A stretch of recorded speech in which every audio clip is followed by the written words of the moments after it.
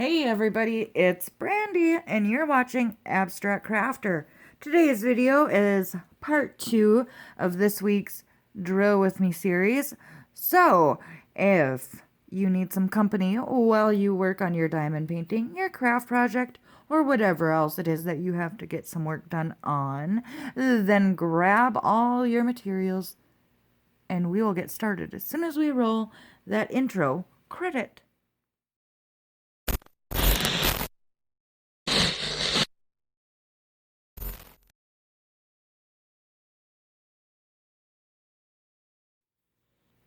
Why, hello, friends. Welcome back. If you're new, welcome. I'm glad you stopped by. So, today's video is just a continuation of this drill with me on this diamond dot skull. And if you didn't see part 1, I'll link that up in the eye. It'll also be linked down below in the description box, along with the previous week's drill with me's, in which this emotion story guide is going to be continuing from. I think I did 2 weeks of it prior to this one, but this is the skull. It's from Diamond Dotz, and I do apologize, but they don't sell this as far as I know. You might be able to find it on eBay. Oh, somebody else may be selling it that might have bought it last year. But so I do apologize for that, but nonetheless, it's a project I need to get done for my son, so I will put a picture up there so you can see what we're working on.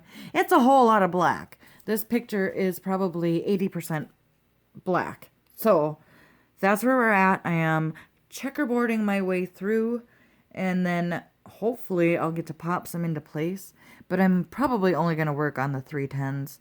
No, the 8001s in Diamond Dots. I'll probably just be working on them. That color. So, hopefully you're just here to listen while you work and not actually watching me, because that would be so boring to watch. I couldn't imagine. So, obviously, the last video was an update, mostly update video. It was kind of just more or less me rambling about a couple of things. I tend to do that in these videos. They're not really scripted or planned super well. Sometimes I'll make notes about what it is that I want to cover, but for the most part, I just kind of go with it and just say whatever comes to my mind. So, yes, if I mentioned it already, I apologize, but yes, I am working on this for my son, and he needs it as decoration for his room. Well, he doesn't need it. He would like it for decoration in his room. It has some glow-in-the-dark diamonds, and just a few. They're not super scattered all over, so I'm actually super curious what they're going to look like when it's all said and done. And I really wish Diamond Dots, I mentioned this in the last draw with me, but I wish Diamond Dots was doing another collab with Michaels again this year. I got a Happy Halloween canvas that I completed last year along with this skull, and they're so good. I love Diamond Dots. I think Diamond Dots will always have a special place in my heart. I know there's a lot of people that aren't really keen on them because of their lack of design choice and stuff, but I'm perfectly fine with them. I didn't know anything different for the longest time. AliExpress was foreign to me. I had no idea that I'm just going to tell you this before we get into the story guide prompts. When I first saw this, it was on So Craftastic's channel, and I wanted to see more. And I kept typing in Diamond Dots into the search bar, but what kept popping up was this 5D diamond painting. And I was like, what in the world is diamond painting? What is 5D? This is ridiculous. I want Diamond Dots. That's how much of a noob I was. And so eventually I finally clicked on a video, which happened to be by Diamond Mama. And then I watched a second video, which happened to be by Diamond Painting by Donnie. And I was hooked from there on out. I made my first big order from, oh geez, I don't even remember the name of the company. It was Untitled Artisan, which, yes, I won't get into them, but they are on my absolutely do not buy list. Will not buy from, do not recommend, 100%. No, no, no. That's the list that they're on. And they're one of 2 companies on that list. So I had my big first order from them, and it was such a terrible canvas, and nobody was talking about it.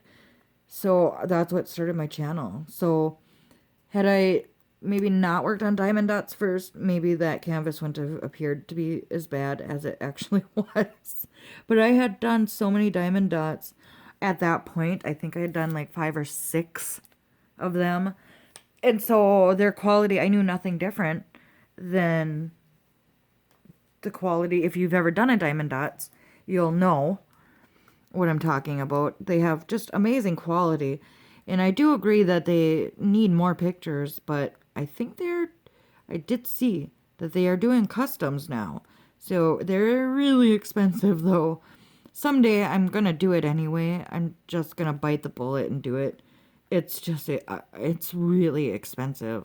Like, I think Ever Moment is expensive, and Diamond Dots customs are really expensive. But it might just be worth it.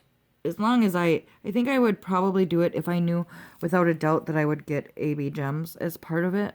Is that weird? I think it's weird, but that's just what I feel. I feel like if I'm going to pay that kind of money, I want to be able to have some special diamonds. But anyway, I think we're going to get into this emotion story guide. And then tomorrow, in the next video, Draw With Me for this week, we'll do this tag I have. It's a get to know me tag. So it'll kind of help out people who may not have watched any of my other get to know me tags. And hopefully it'll have some questions in there that are a little bit different than ones that, obviously, so you can get to know me a little bit better. The emotion guides are just ways for you to, like, if you have been with me for a while, or even if you're new, it's kind of a way to just be able to settle in and listen to a few stories while you diamond paint. That's kind of what the goal of it was anyway, because that's what I like when I diamond paint. So I don't know. I won't go over it in depth a lot because those videos will be linked down below that explain it, but I will. Oh, I found a special yellow diamond here. That's from a different kit. I will go over what pairs of emotions I've talked about already. So for every emotion I talk about, I'm also going to talk about its opposite to the best that I could guesstimate. Its opposite to be in some cases. In most cases, it was obvious, like happy and sad. So I have covered envy and compersion, scared, brave, lonely, loved, stupid, smart, guilt, and innocent. I have talked about those emotions. So today I wanted to talk about, it will get a little sad, but a happy and sad time in my life. It took me a long time to come up with what I wanted to talk about for happy, because I wanted to go the route of not just saying the day my kids were born, or the day I met my husband, or the day I got married, because those to me are givens. Like, that's, unless I'm told otherwise, I assume those are going to be happy days in people's lives. Now, there's always exceptions to that. People have hard births. My actual first son, it was not a happy day when he was born because of the circumstances of his birth. It was happy once everything was said and done and I got to actually hold him and meet him for the first time. But the day itself was very hard and very long, and it was full of complications. So that is totally possible. And somebody's wedding day might not be their happiest day. Everything in the world could have went wrong. And that's what you're going to be left with, is those memories. So that's kind of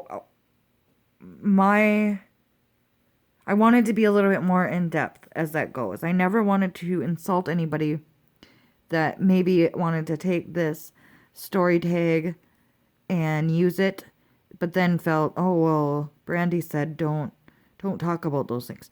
Absolutely not. If that's what you want to talk about, then that's what I want to hear. And if you are a YouTuber, vlogger, blogger, or what have you, please let me know where I can go and watch or read you using this as a tag. I 100% want to know. So I'm kind of jumping around the canvas right now too because of the glare. Now you can see the glare of my hand right there. It's so shiny. You can see the glare of my pen. So hopefully my picture that I've inserted isn't getting in the way of what I'm actually painting. So why don't I just do that spot up there and get it out of the way so that if the picture is in the way, it won't be covering what it is that I'm working on. So I want to talk. Okay, let's get back. Oh, I bumped the camera so many times. Let's get back to it. I am going to put the autofocus on so that it doesn't go in and out, because I keep forgetting to do that in my videos lately. And so you'll notice that it's like my camera's having a complete meltdown, and that's annoying, and I can't fix it. Once I've recorded it, I can't change it. I can't fix it. I'm not that skilled with my editing, and I don't have the best editing program either. So, off on a tangent, Brandy. Get back on track. Oh my. So yes, I'm going to talk about happy and sad, and I am going to start with the sad story first. I'll try not to make it too sappy. I don't want to particularly cry. And then we'll back up with we'll come back with a happy story. And I have at least one, maybe two, depending on time, that I can use for that. And then depending on how much I talk about these two things, we'll see if we have time for another set of emotions. We're getting down there. We've only got, after that one, we got 3, 6, 7, 8, 9 altogether. And I keep bumping my camera. I'm so sorry. Okay. So when I was talking about Umbra and bringing her into my house, and if you don't know who Umbra is, she's my new baby kitty companion. And I talked about how, I mentioned it just very quickly, that I've had a cat die in my arms. That, besides the obvious things of deaths in the family, that was probably the saddest thing that had ever happened to me. And I'm trying to think how I want to start it. Okay. So, when I was younger, my family wasn't like the best at making sure our cats were fixed. I don't know why. Okay, cats are getting into stuff. Hopefully you didn't just hear that big crash. But if you did, the cats are getting into stuff. So.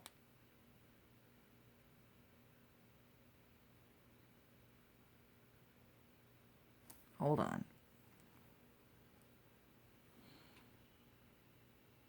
Okay. My apologies, friends. I had to go do something. I don't want to tell you. Okay. I'll just say I think that we maybe have a visitor in our home. Not of earthly descent. If you don't believe in that, that's why I don't want to talk about it, but I had to kindly ask them to please leave, that I wasn't in the mood, and that I am working right now. So, if you ever want to know about my thoughts on that kind of stuff, please let me know down in the comments, and I will share all my ghostly experiences that I've had in my life, or what I attribute to be ghostly experiences. Okay. So, yes, we weren't very good at fixing our kitties. I think it was more of a money thing back then. And nowadays, there's this wonderful place called Northland Spay and Neuter. And a lot of times they'll get grants. And if you meet a certain income level, then they will help you fix your cats. Okay. I'm so sorry. I have to keep pausing. So if you're hearing, I'm trying not to announce every time I pause because it's annoying and played out. So, yes, Northland Spay and Neuter, they're a wonderful program, and they help, if you meet a certain income level, they help you spay and neuter your cats. And even if they don't have grants, they are very, very affordable. And they do all the stuff for you, like rabies, like for sure rabies, and then anything extra that you might want. And then everything that's legally required. And it's very affordable because that's all they do is just spay and neuter cats and dogs. I don't know if they do any other animals, but I know for sure that they do those. So, back then, like I said, I was probably, let me think, I was younger. It was just before I met my husband. And my two older kids were quite young. I can't remember exactly how old they were. And it actually might have been right around the time that I met him. My memories kind of work against me at times, especially when it comes to finer details. And I actually think that maybe I had known him. Or maybe it was right before I got to meet him. Regardless, one of my cats had kittens. And one of the babies, I think she had 5 altogether, and one of the babies she decided was going to die soon. And if you have had cats or pet animals in general, you know that if a mother thinks or knows or senses that her baby is sick, it won't feed them because it doesn't want to give the nutrients to the cat that won't make it. It wants to give it to the cats that are strong. It's kind of, I don't know, like if they have a limited supply and they know this or what it is, or maybe it's their way of detaching. I'm not really sure. I don't know that much about cat emotions. Or if cats have emotions. I like to think that they have a few. Mostly snarky, snobby, crabby, and occasionally happy. Anyhow, so yes, this kitten was abandoned. And I know that we had gotten a cat, Carmen, and she's still a part of our family. And she was bottle fed by humans, but I don't think that we had actually had her yet. I think she came after. So this one cat, it was the most magical looking cat. It had the most unique markings on it. I want to say like kind of tiger stripey, kind of spotty, just magical, just the most gorgeous markings. And of course, that's not why I hand fed it. It's just something I remember. I don't even know if this was a boy or a girl because it was too little to tell. But I did try to bottle feed it. And on every day that this little baby was alive with me, I would hold it all day long. Well, I'd hold it for hours all day long.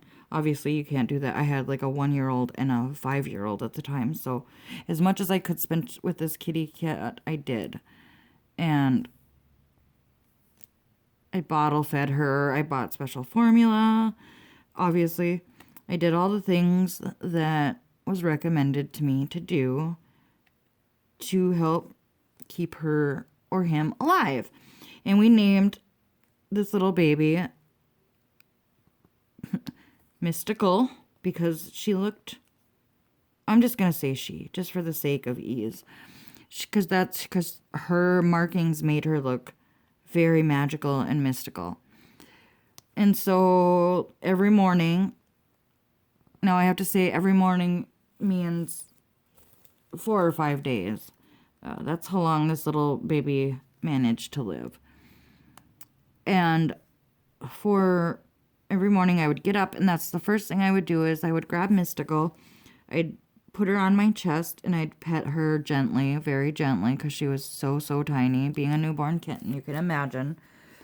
And I'd pet her gently, and then I would go get her a bottle, and I'd feed her. And then I'd do all the things that you needed to do to make sure there was no gas in her belly and kind of make her comfortable. And then I had this little blanket for her in which I would wrap up into a little donut and put her in the middle of the donut blanket. Well, this one particular morning, I had slept in. The morning that she passed, I had slept in. If I start to cry, I'm going to pause because, like I said, this is the saddest thing that has ever happened to me off the top of my head that doesn't involve one of my relatives passing or my friends passing or anything like that. This was the first thing that had ever happened that was sad, I should say, that really, really stuck with me and really tortured and haunted me for many years. And I'll get into it. And so, anyhow, the morning that she passed, my kids had been, they knew that they couldn't play with her. But they were, she was on the couch and she had been wide awake. And if you have ever seen a little kitten of that age, a week old or younger, they're very robotic in their movements. And she could kind of move around, but not really. And like the day before, we had made huge progress with her.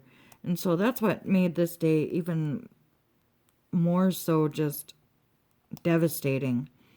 Because I really thought she was on the upswing at this point.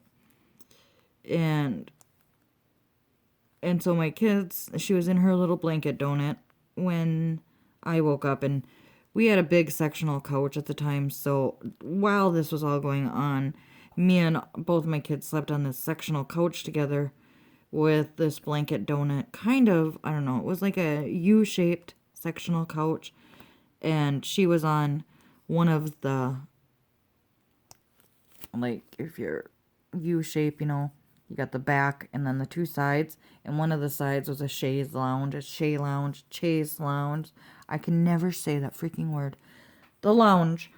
That's where her blanket donut was. And she was awake in there, and she'd been kind of playing a little bit, not as much as she could play at that age. That's what my kids like to say, is that she was playing with them, but really she just had her eyes open and was like, I don't know, she couldn't really see either, which newborns don't see for the first few days. And so she still hadn't gained, I think she was just starting to gain her vision. The day that she passed and the day before, I think she was just starting to get not blurry vision. I don't know how this all works, but that's what I like to think. Obviously this is my version of reality, and you can tell that I'm just avoiding the actual part where I have to tell you what it is that the point of the story is. So anyhow, the house that we also lived in at the time, besides her little blanket donut, it was a cold house. It was very drafty and old. It had no real foundation. It was built right on the ground, like literally floorboards on the ground. It was just so old, and so it was very cold and drafty. So I remember me and my kids, Haley and Gavin, were all cuddled up on the blanket. I went and grabbed Mystical, who was wide awake, mind you, all morning from the time my kids woke up till the time I got up at like 11:30, maybe noon. And so I got us all comfy. I grabbed Mystical out of her blanket donut. I put her on my chest, and I was petting her. Then I went to check on her, or I went to go move her to go get her bottle, and she was already stiff, so she had passed immediately from the time that I picked her up and put her on my chest and started petting her. My apologies. I like to think that this precious baby had formed a bond with me in such a way that she waited for me to get up and put her on my chest, as I had every morning, and stroke her until she passed. I am so sorry. I've told this story dozens of times, and I don't know why I thought I could get through it this time without crying. Maybe because I thought the added pressure of the camera. Oh, I'm gonna pause for a sec. Okay. I'm so sorry. Well, that's why I wanted to get it out of the way first. I'm so sorry. But anyway, I like to think that this beautiful angel waited for me so that she could pass with me. The person that didn't abandon her and took care of her. And I tried so hard, you guys. I tried to do everything in my power to keep this little baby alive, but it just wasn't. I keep hitting the camera. I have to have it so low to avoid some of the things that was causing it. Some of the things that were going wrong when it wasn't low. Anyhow, I did everything I possibly could. It wasn't meant to be. I always think that, much like the saying with friends, that people come into your life for a reason, a season, or a lifetime.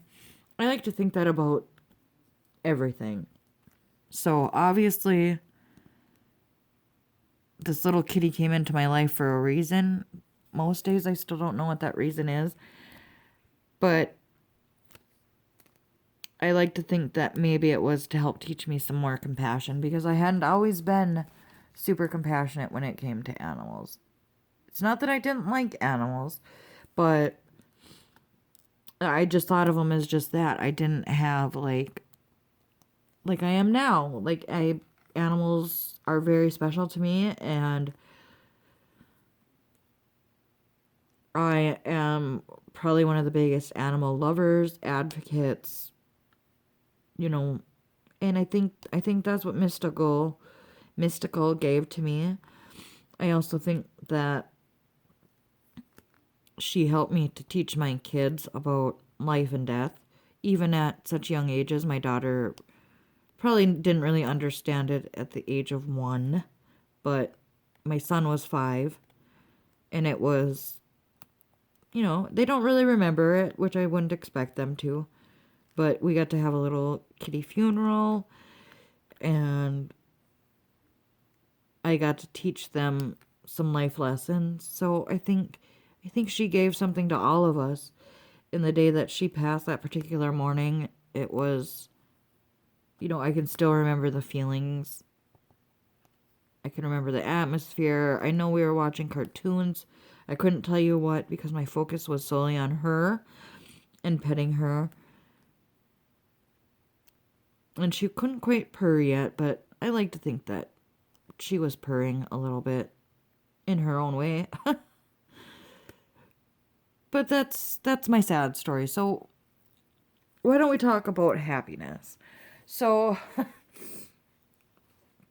this video is going to be a weird one, I'm telling you. I'm actually editing this one to cut out some of this silent gaps that are not there for you. Thank God, because I didn't pause for a lot of spots, because every time I have to pause and the camera bounces more. It's been a weird video, guys. It's been a weird video. So happy. So, okay. I talked a little bit about the day that we got this house. And honestly, I think that is the happiest day that I've had in quite some time. Happiness, I feel in my life, is very much so earned. And what I mean is I have to work to be able to enjoy happiness. I feel a lot of times like I don't deserve the things that are good in my life.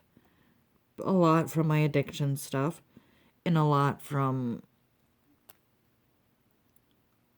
kind of just doing what I wanted most of my life without care about the consequences or anything like that. Like, I don't really know how to explain that very well, but as I was not a good child, I ran away a lot. I put my mom through a lot of stress and grief. So,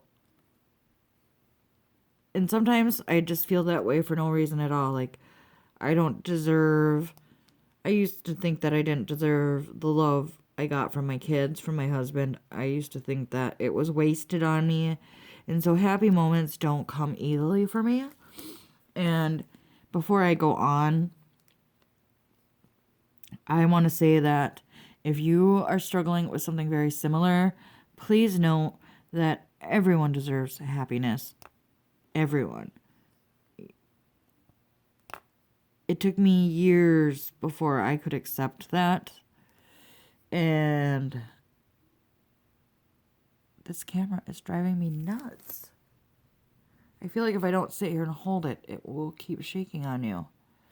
But yes, it took a long time for me to accept that good things can happen for me, to me, around me. And I can create my own happiness, you know? And so getting this house, it brought up this happiness that for the life of me, I have never experienced in any other way. Like, the happiness from my kids being born was a different kind of happiness. The day I got married was a different kind of happiness. This was a happiness that I had never felt before. It was like, I don't know. And I never wanted something more in my life. I just remember screaming to the sky to anyone or anything that could or would hear me. And I'm not a religious person, so that just goes to show how much I wanted this house. But I just felt it. It was in me that it was something that, you know, it was time. And now my paper is like making weird noises. Stop it. I don't know who I'm saying stop it to. But the day that we found out that our offer was approved on this house was probably one of the best damn days of my life. I was so happy.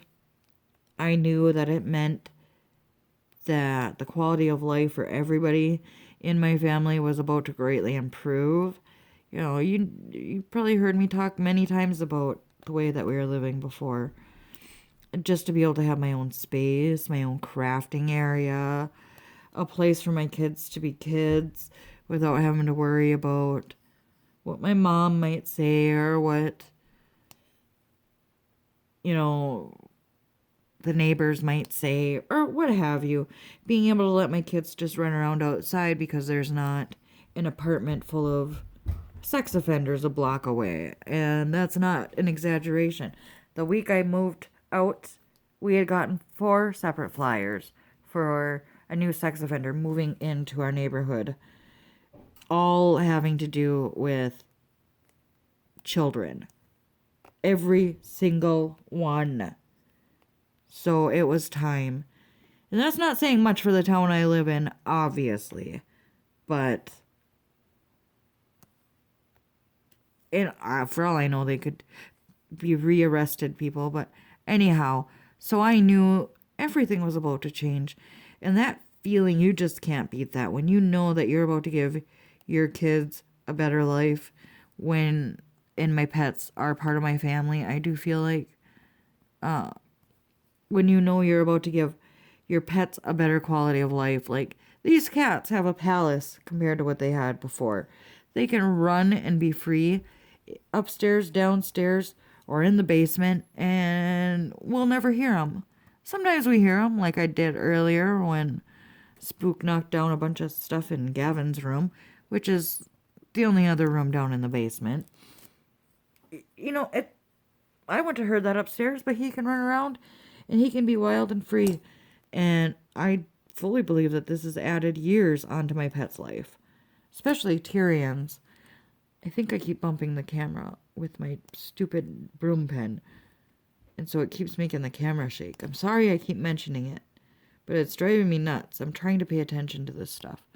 And dang it, I know I just got cut off 3 minutes ago because the clips switched. Ugh, I didn't pay attention. So yes, that was one of the happiest and best days in my life. And I'm not going to add on to this video because it's long enough as it is. And I actually have to edit this one, which is a bummer because as much as I try to make them as candid as possible, I also don't want to leave you hanging with long periods of silences because that drives me nuts. And I'll start skipping through a video if there's long silences. Yeah. So that's where I'm going to leave you.